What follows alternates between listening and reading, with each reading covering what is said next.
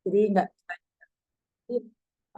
teman-teman, saya minta maaf keadaan Murni masih di ruang privat, jadi dia sendiri di situ, dia di ruangan itu. Saya minta maaf, saya nggak bisa ambil video ataupun foto dia, karena seperti yang saya katakan, Bu, di sini saya bukan jual air mata ataupun jual aib atau apapun, tapi saya tidak ingin keluarganya kaget atau seperti apa. Dan Murni cuma netesin air mata saat saya besuk tadi. Dia dengar suara saya, tapi dia tidak mampu berucap. Uh, saya pegang tangannya, ada gerakan di tangannya, cuman seperti ini aja, nggak lebih dari itu. Uh, saya ucapkan terima kasih buat Sultannya Indonesia, buat Cici, terima kasih yang sudah menyisihkan sedikit hartanya buat Murni. Untuk sementara saya pegang dulu ya. Dan buat kawan-kawan yang sudah menyisihkan sedikit hartanya buat Murni, kita tunggu perkembangannya, berapa banyak yang bisa didapatkan oleh Murni. Jadi saya secara pribadi sangat berterima kasih sekali buat teman-teman yang menyisakan sedikit hartanya buat Murni ya. Murni Lampung ya Mbak ya. Jadi terima kasih sekali. Nanti saya akan jadikan satu berapa banyak, akhirnya kita akan jadi satu buat Murni. Saya katakan sama Murni, Murni, banyak pundi-pundi uang yang bisa terkumpulkan untuk kamu, Dok. Dan uang itu saya yang pegang. Saya bilang seperti itu sama Murni. Bantu doa aja. Jika bisa, Miss Yuni bisa mengumpulkan uang buat kamu 30 juta ke atas, agar bisa bisa kamu simpan, Murni. Ya untuk sementara ini memang jumlahnya belum banyak ya. Tapi karena disoi sama sultannya Cindo, itu akan menjadi lebih banyak. Dan saya juga sampaikan sama Murni, Murni nggak bisa ngomong apa-apa ya. Murni cuman netesin ini aja. Iluhnya itu cuman dress. Dress. Saya bilang sama Murni, kamu nggak usah mikirin tentang rumahmu. Ada sumbangan buat kamu untuk dirimu. Jadi saya ngomong seperti itu sama Murni. Dan eh, eh, air mata Murni netes netes ya Mbak ya. Saya nggak bisa ngomong ya. Air matanya Murni kayak kayak gerodos gitu loh. Makanya buat teman-teman yang saat ini sedang sehat, jaga kesehatanmu karena kita nggak tahu apa yang terjadi. Saya cuman ingin berdoa buat kalian yang terbaik aja. Setelah saya membesuk Murni, karena ternyata di nomor 1 itu ada tulisannya Mas Aris. Sebenarnya saya nggak tahu Mas Aris posisi di sana. Saya dapat informasi dari kalian kalau Mas Aris ada di sana.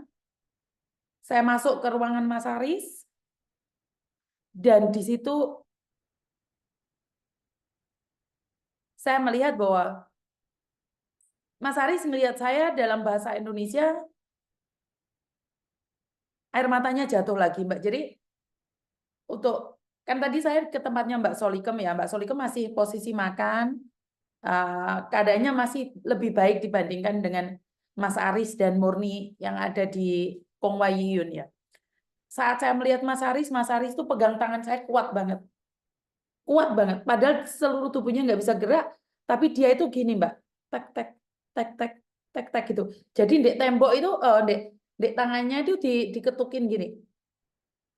Mas Aris, jadi Mas Aris itu ada sinyal, maksudnya dia ngerespon saya. Saya langsung telepon Mas Slamet, Mas Dermawan juga. Dia tuh kayak seneng banget saat saya pamitan mau pulang dipegang tangan saya, Mbak. Tangan tangan kanannya yang sehat, tangan kirinya nggak bisa gerak. Jadi tangan saya tuh dipegang gini sama sama Mas Aris. Dia cuma pingin bilang kayak jangan tinggalin saya sendiri gitu loh. Jadi dia cuma matanya aja yang gerak. Dia pingin ngomong banyak. Ya, Mas Aris pingin ngomong banyak. Tapi dia tidak mampu untuk berbicara. Saya saya sangat drop banget ya. Jujur melihat kedua orang ini, Jadi kayaknya ada di kepala mereka itu karena kepala semua ya. Sepertinya ada virus, ada cairan. Jadi ini punyanya Mas Aris itu ininya nggak ada tulangnya sudah. Ini ya yang ini itu nggak ada. Ini habis dioperasi, diambil yang ini.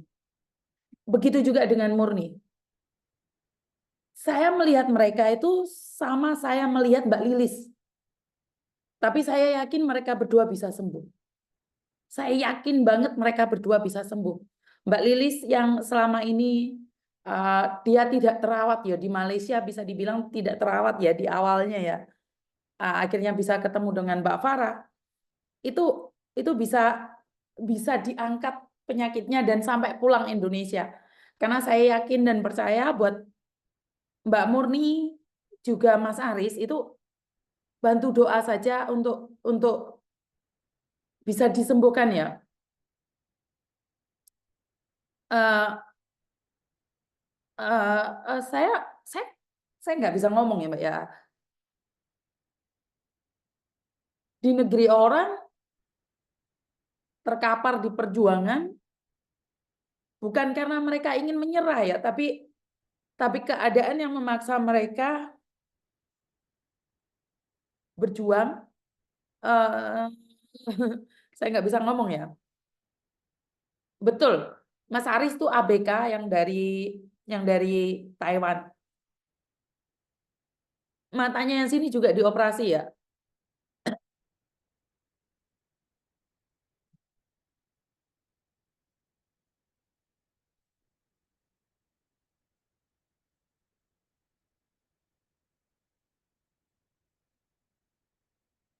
Matanya sini dioperasi. Jadi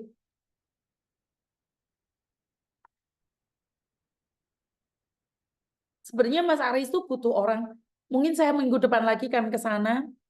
Saya akan bawa anduk untuk ngelap tubuhnya karena tubuhnya mungkin gatel ya karena kering banget ya Mbak ya. Saya nggak bisa ngomong apa-apa ya.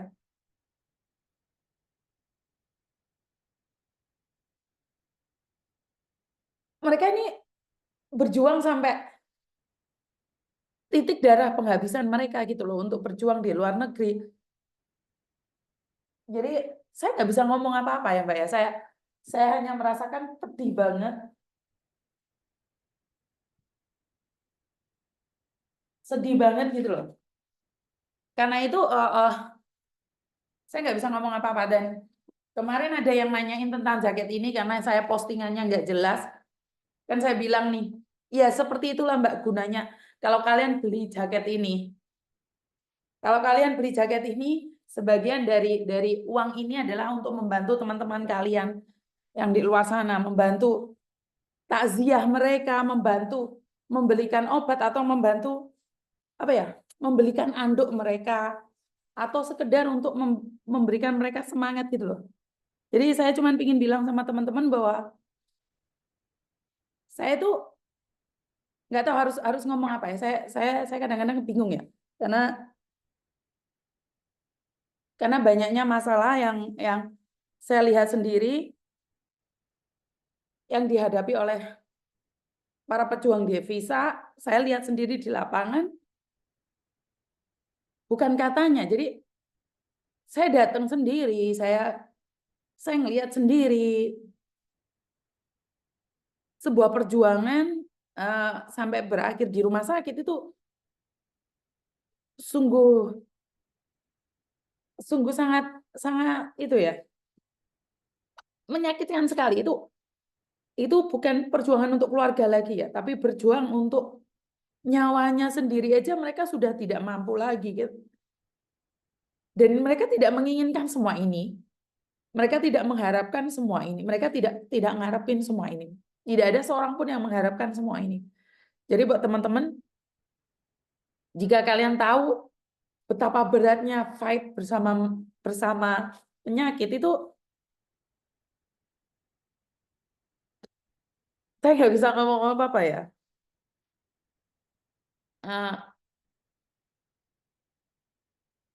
Ini masih ada lagi temanmu yang ada di Songsoy, itu posisi juga masih sakit. Berat ya Mbak ya, berat ya. Oh, jaketnya bisa dikirim Taiwan atau bisa sih, Samen ngomong sama Weni, Mbak. Samen inboxkan sama Weni, biar Weni nanti yang membantu saya karena saya kan nggak bisa ngurusin semuanya ya teman-teman ya. Jadi jadi eh,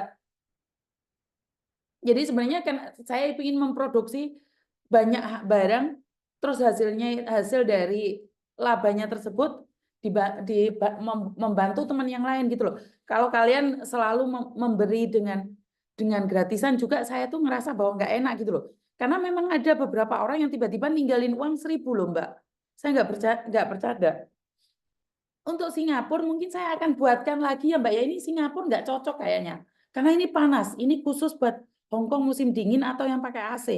Atau Taiwan saja. Tapi kalau Singapura nanti saya akan minta untuk buatkan yang tipis saja ya.